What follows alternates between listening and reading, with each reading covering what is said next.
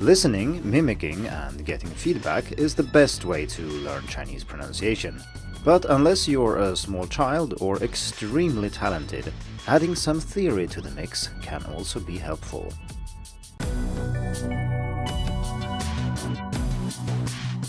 Hello and welcome to the Hacking Chinese podcast. In this week's episode, we are going to talk about pronunciation, and more specifically, we're going to talk about how learning some theory can help you improve your pronunciation. Before we get started with that, I'd like to mention that my Chinese pronunciation course will open for registration on May 22nd, and if you're interested, you can head over to pronunciation.hackingchinese.com. As usual, if you're listening to this in the future, you can still head over to pronunciation.hackingchinese.com to check the current status of the course as well as to learn more about the course itself.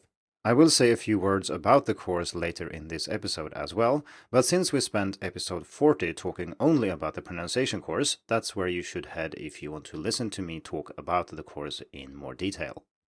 So let's talk about theory and how learning some theory can help you improve your pronunciation. When I say theory here, I mean explicit knowledge about the sounds and tones in Mandarin, rather than simply practicing to pronounce them or listening to them. The role of explicit knowledge in language learning is far from fully explored, so there are many things we simply don't know. And there are some people who claim that explicit knowledge is useless when it comes to learning things like pronunciation, grammar, or any other part of a language. And then there are people who say that explicit knowledge is necessary to learn languages. And then most people place themselves somewhere in between these two extremes. And I should clarify that I'm talking about adult language learning here. We are not interested in children learning their first language or languages. Because in that case, of course, people learn perfectly well without learning, say, grammar explicitly or learning about pronunciation. Chinese kids don't need tones explained to them before they can pronounce them accurately, and native speakers of English clearly don't need a teacher telling them how grammar works before they can actually use said grammar. When it comes to pronunciation, children typically learn to pronounce their native language perfectly without even trying to, and of course there are some exceptions, maybe there's a speech impediment or something like that, but these are clearly special cases, whereas most people do learn to pronounce their native language perfectly. To preempt some questions here, when I say perfectly, I don't mean that they necessarily adhere to a national standard or something like that. I mean that they simply learn to pronounce the language as the people around them do as they grow up. Now, this is clearly not the case for second language learners. If you start learning Chinese when you're, say, 20 or 30 or something else, you will probably not reach native-like or even clear pronunciation without trying to. It won't just magically happen if you learn the language, listen as much as you can, and speak whenever you have an opportunity. Many explanations for this have been proposed. For example, our brains are not the same when we are 5 years old as when we are 50 years old. Furthermore, learning subsequent languages after you learn your native language is not the same either. Children and adults don't learn the same way either, so children, well, they spend all their time with their native language or languages, but they still don't say much for a year or two, and then they start speaking. So they essentially just are immersed in the language and listen a lot before they do anything else. Whereas very few foreigners have the patience to listen to Chinese for 2 years non-stop and only then start pronouncing it. Adults also have many other things going on, and for most people the goal isn't to become a native speaker like everybody else around you, but for a child this is the major goal. If you want to fit in a group and be socially accepted, well, then you'd better speak like the other people do. This can be a goal or a desire for adult learners too, of course, but the social pressure to reach native-like pronunciation is simply not there for most people. The goal in this week's episode is not to explore the reason why this is the case, but it is rather to discuss what we can do about it. And here, as the title of the episode and as the introduction implies, I do think that theory and explicit knowledge can play a role. But before we get into that, I'd like to make it very clear that the foundation of good pronunciation is still listening, mimicking, and getting feedback. While this is not actually what I want to talk about today, I don't want to run the risk of someone misunderstanding what I'm saying and thinking that you can learn theory instead of listening, mimicking, and getting feedback, because theory is just an addition, it's a supplement, if you will. The first pillar of pronunciation is listening. And if you're not listening attentively and listening a lot, you will not be able to build a mental model for how the sounds and tones are supposed to work and what they're supposed to sound like, and then you won't be able to pronounce them either. There's plenty of research on how adults acquire new sounds and establish new sound categories, most of which I talked about in an article called Learning to Hear the Sounds and Tones in Mandarin, and I'll put a link to that in the description. The second pillar of pronunciation is mimicking, and this can be done in numerous different ways, and you can try to find one you like or vary between all of them. But it involves listening attentively to what a native speaker is saying and then repeating after them and trying to sound like they do. And you can do this simultaneously, i.e., as they are saying it, kind of chorus repetition. You can do it afterwards, or you can do this in many different ways. But the point is that you are combining listening with your own practice in a way that you can also compare in some fashion. So if you, for example, do the chorus mimicking as I suggested, and this is my favorite way of practicing mimicking, both when I'm teaching and when I'm learning languages myself, and you can do this with a native speaker, which is tricky. You need to have a native speaker around who's willing to practice with you, or you can do it with audio recordings. You just get an audio clip of someone speaking in a way that you think is desirable, and you learn what they're saying. You repeat it in small snippets. You say it over and over until you can produce a recording yourself that sounds as close to the original as possible. But to each his own when it comes to learning methods. I'm not saying you have to use audio clips like I do. You can also listen attentively to people in your surroundings and just try to speak like they do. But paying attention and then trying to produce something similar yourself. So the third pillar of pronunciation is feedback. And this doesn't need to be feedback in the explicit sense that someone tells you this is right, this is wrong, this is what you should have said. It could also be implicit feedback when you see that somebody doesn't understand what you say, when you realize that something must be wrong with your pronunciation because someone frowns, or something like that. You can basically judge how easily somebody is able to understand you, and part of that might be because of pronunciation. Naturally, implicit feedback is sometimes limited because you don't know what was wrong. Maybe it was something you said, maybe it was the concept you talked about, the words you used, but it could, of course, also have been pronunciation. Still, getting feedback is essential. If you learn Chinese on your own, without talking to anybody and without getting any feedback on your pronunciation, you simply don't know how well you're doing. Maybe you are the greatest mimicker on earth and you can just listen to people and say what they say and it's right. Maybe it's the opposite. You cannot mimic at all and you think you're saying the right things, but you're not. The problem is, of course, if you cannot hear the difference between two sounds or two tones, you will not hear when you get it right or wrong either, and when you compare, you might think that these sound similar, but to a native speaker they're not. Maybe they are two completely different sounds, and if you keep speaking this way, people will misunderstand what you say, and it will be harder to communicate. So do make sure you get feedback of some kind. Okay, so that was the longest introduction to an episode so far, I think. But I think it is important to cover the basic approach to pronunciation first before we start talking about theory. Because like I said, I don't want anybody to come away from this episode thinking that learning some theory will enable you to skip the listening, skip the mimicking or the feedback parts. That's simply not the case. This is just something you should do in addition to the three basic pillars I've already described. I think there are two reasons why learning some theory can be good for your pronunciation. And the first one is that since the problem is often that we cannot hear the difference, we cannot hear how something is pronounced because we are blocked by our native language or something else, this means that sometimes seeing or learning about how it's supposed to be pronounced can actually open our eyes, well, or our ears, I guess, to how these sounds are produced. My first experience with this was when I learned English phonetics at university. And I'm from Sweden, and growing up, we learned Swedish in school. Maybe I started at the age of 10 or something like that, and I studied for about 10 years before getting to university phonetics. And before that, I had a very limited idea of how phonetics worked, basically nothing. So I was exposed to English for 10 years, both in school and outside, because of course in Sweden we watch films in English, we listen to music and so on and so forth. But somehow there were some things that I didn't hear and that I didn't learn until I actually learned the theory describing them. So I'll just bring up a few examples here. The first example, or really a category of examples, are words that are not pronounced as they are written. So for example, I used to pronounce the words iron, salmon, and column the way they were written. So for the metal, I used to say iron, like I would say irony, and yes, I know there are people who say irony as well, but never mind that.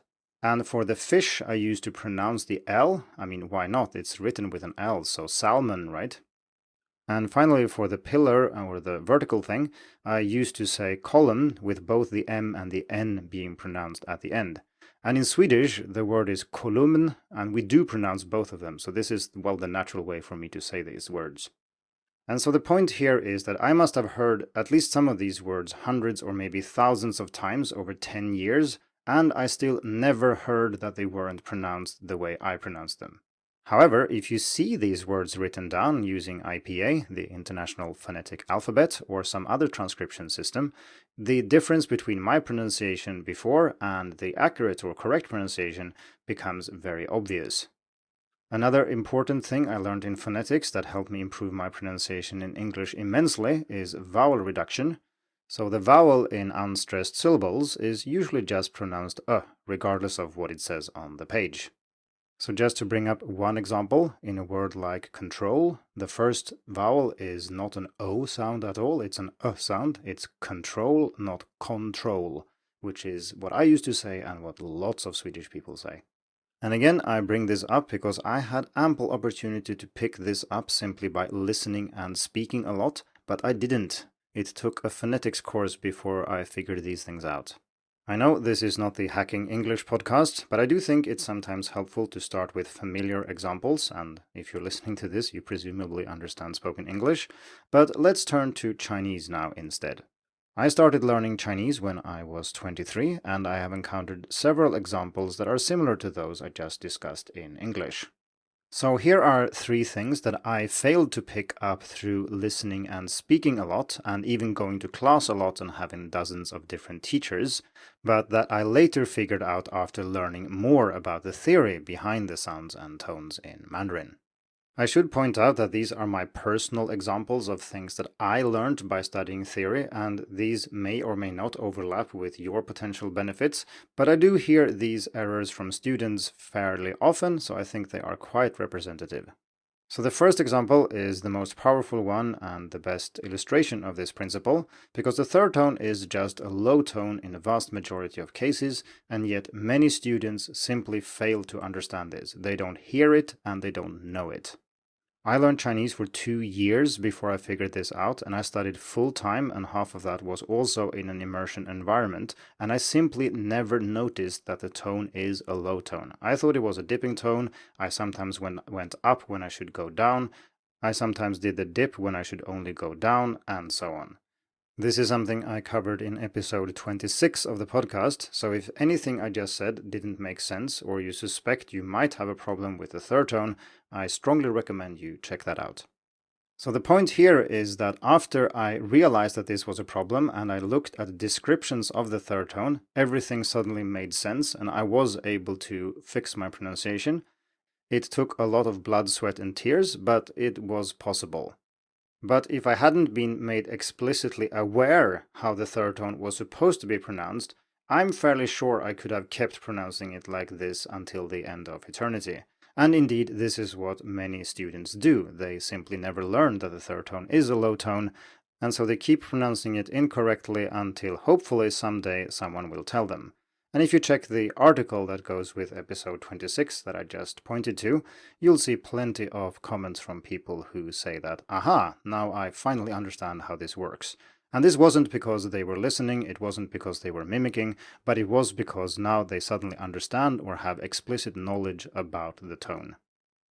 The second example I want to bring up is a little bit more subtle, but it's something that confuses students all the time, and it used to confuse me for a long time as well.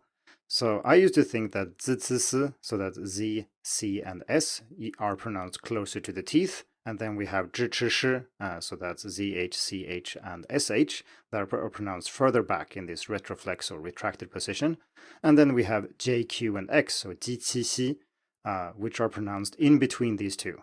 But this is not the case. This is not how they are pronounced. but you can probably pronounce them like that your whole life without noticing. Instead, these are completely different in how they are formed. The tongue tip is down, not up, and that means that you're producing the sound farther back on the tongue. So to produce this sound, you can glue your tongue tip to your lower teeth ridge. That's the little thing that sticks out behind your teeth, your bottom teeth. So put your tongue there, and then you try to say an S or a slightly thicker S farther back, and you get something like S. And this is the sound in si, as in west, si. So the tongue tip is down. And this is something you will not just hear, probably. And if these sounds are not pronounced like this in your native language, you probably won't get them right in Mandarin unless somebody points it out to you.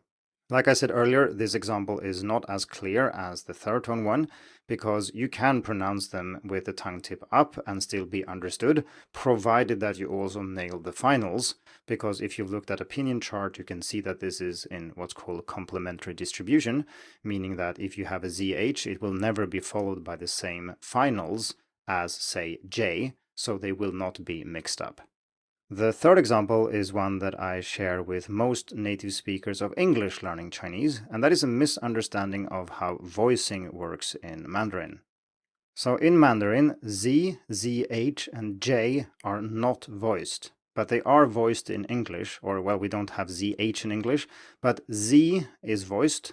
It's the difference between ice and eyes in English, so we have Z, S, S, that's the difference. But in Mandarin, neither of these sounds are voiced. And by analogy, ZH is not voiced either, and J is not voiced either, whereas J in an English word like jump is voiced. Instead, the difference between S and Z in Mandarin is that S is just a plain fricative, a hissing sound, the S, nothing strange there, and the Z is the same with a little stop in front of it. So if we have something like 做, as in to sit or to do, 做, it's not zuo or zuo with a voicing z. We don't have this vibration on the vocal cords. It's just an S with a little stop. So zuo, zuo.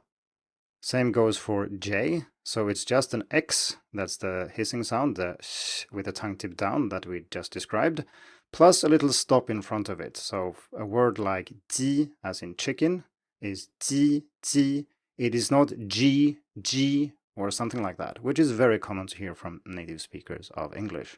And these things are terribly hard to hear. If you've grown up with z, s being the important distinction here, and you rely a little bit too much on pinyin when you're learning to pronounce instead of just listening a lot, you will probably think that it is a voiced sound in Mandarin too, and maybe you think that the ji, as in chicken, is also voiced, but it is not. The idea then is, of course, by learning about these differences, you can then first pronounce them correctly yourself because you know what the difference is, and then you can also listen and pay attention to how native speakers use the language and how they pronounce these sounds. So you can start hearing the real difference between S and Z, which then isn't voicing but is something completely different. If you want a thorough breakdown of some of the most common misconceptions, especially when it comes to pinyin, such as the examples I've mentioned here, except the one with tones, you can check out my article, A Guide to Pinyin Traps and Pitfalls, and I'll put a link to that in the description, or you can just check episode 76 of the podcast. And like I said earlier, these were just examples that I've encountered and that I've seen in lots of students. It doesn't mean that these are automatically apply to you. You might have other issues, you might have more issues, you might have fewer issues, I don't know. But the principle is that learning about pronunciation can improve your pronunciation.